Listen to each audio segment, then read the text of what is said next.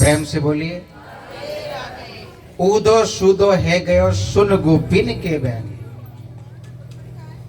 ज्ञान बजाई डुगडुगी और प्रेम बजायो ढोल।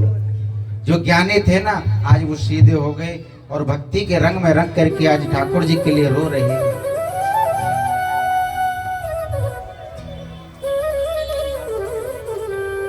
हमारे धीरू जी के बड़े भैया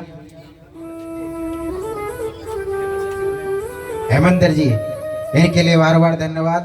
500 रुपए से सम्मान कर रहे हैं आज जन्मदिन पर, बार बार इनके लिए धन्यवाद। जोर से ताली बजाइए। कंजूस आदमी हो, ताली में कंजूस पनो मत करो। अच्छा, हम ताली क्यों बजाते हैं बताओ? है? ताली बजाने से होता क्या है? भगवान के कीर्तन में, भजनों में ताली बजाने से दो काम होते हैं। एक तो कई सारी नब्ज हमारी जो होती है ना, नस वगैरह, ताली बजाने से वो चालू हो जाती हैं। दूसरा, हमारे मन में जो संदेह होते हैं, जो बात होती है ना दर दर की, कि राम नाम सुंदर कर तारी संशय बिगन उड़ा मन हारी, हमारे अंदर जो संशय बैठा है ना, वो ताली बजाने से दूर हो जाता है। और सबसे बड़ी बात ये होती है कि ताली बजाने से हमारे परमात्मा प्रसन्न होते हैं। कहते हैं ना, ताली वो नहीं बजाते, ताली वो नहीं बजाते जिन्हें कोई गम होता है, ताली वही बजाते हैं जिनके हाथों में है कि ना है, तो बजाओ। देखो आया ना तुम, प्रेम से बोलिए।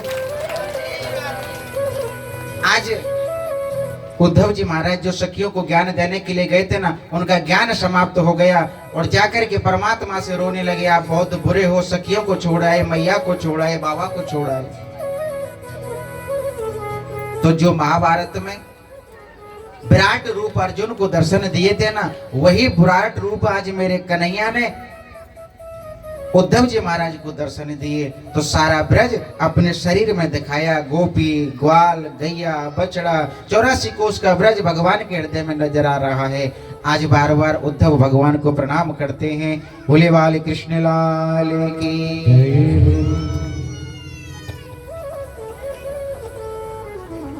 और इधर कंस को मारने के बाद जो कंस की दो पत्नी थी, अस्ति और प्राप्ति, वो दोनों जरासंध के पास गई और जरासंध को गुस्सा आया। कंस को मरने के बाद मथुरा पे चढ़ाई कर दी। बार बार चढ़ाई करते हैं, भगवान कृष्ण उसको मार के भगा देते हैं। एक बार नहीं, दो बार नहीं, 17 बार युद्ध हुआ जरासंध और भगवान कृष्ण का। 17 बार जरासंध को मार के भगा दिया। अब 18वीं बार सेना सजा करके जरासंध तैयार हुआ और 1000 ब्राह्मणों को पूजा पे बैठा दिया। ये ब्राह्मणों, अगर इस बार में हार गया तो समझ लेना नई साल है। प्रेम से बोलिए।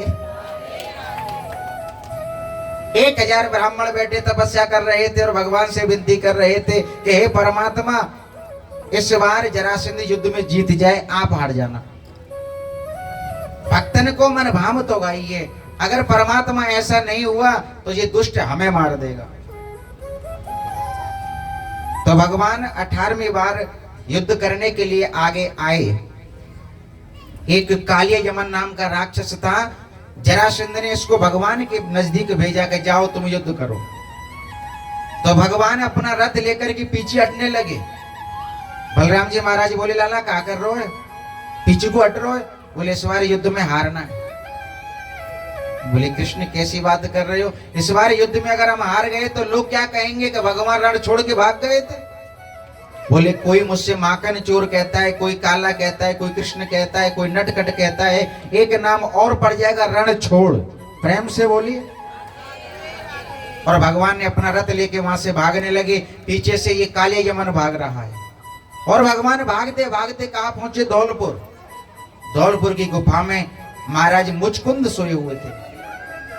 कन्हैया ने अपनी काली कमली उनको उड़ाई और जैसे ही काले यमन आया, उसने सोचा भगवान कृष्ण यहाँ सो रहे हैं। काली कमली को हटाया, महाराज मुचकुंद की आंखें खुली और तेज अग्नि निकली और काले यमन जल करके राख हो गया। बोले कृष्ण भगवान के।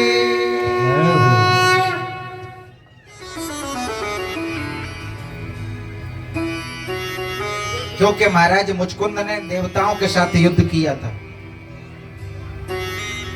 देवराज इंद्र के साथ में मिलकर के असुरों से युद्ध किया था, और कई युग बीतने के बाद युद्ध पूरा हुआ। मुचकुंद से पूछा गया कि महाराज आप क्या चाहते हो? बोले मैं अपने घर वालों के पास जाना चाहता हूँ। बोले तुम्हारे परिवार में कोई नहीं बचा, सब समाप्त हो गए। बोले मैं सोना चाहता हूँ और मैं ऐसा सोऊं मुझे कोई जगा ना सके। देवराज इंद्र ने वरदान दिया कि तुम्हें जो भी जगाएगा ना वो जल करके राख हो जाएगा। और कन्हैया इस बात को जानते थे, इसलिए काली कमली और उड़ा दी। काली यमन आया, कमली को हटाया, तेज अग्नि निकली, वो जल करके राख हो गया। भगवान ने सोचा ये मैं मथुरा रहूंगा तो बार बार ये आतंक करेंगे, लड़ाई करेंगे, इसलिए मैं मथुरा को छोड़ देता हूं।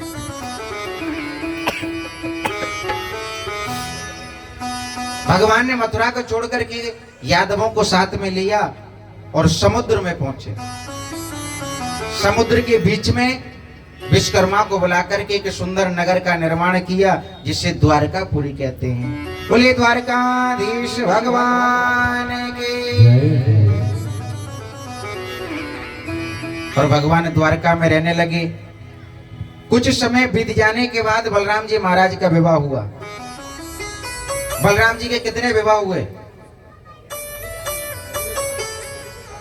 एक विवाह हुआ। किसके साथ हुआ? रेवती जी के साथ। रेवती मैया के साथ बलराम जी का पहले विवाह हुआ। रेवती मैया की एक कथा आती है कि रेवती मैया जो थी ना बहुत लंबी थी और रोज बढ़ती थी, और बलराम जी रह जाते छोटे।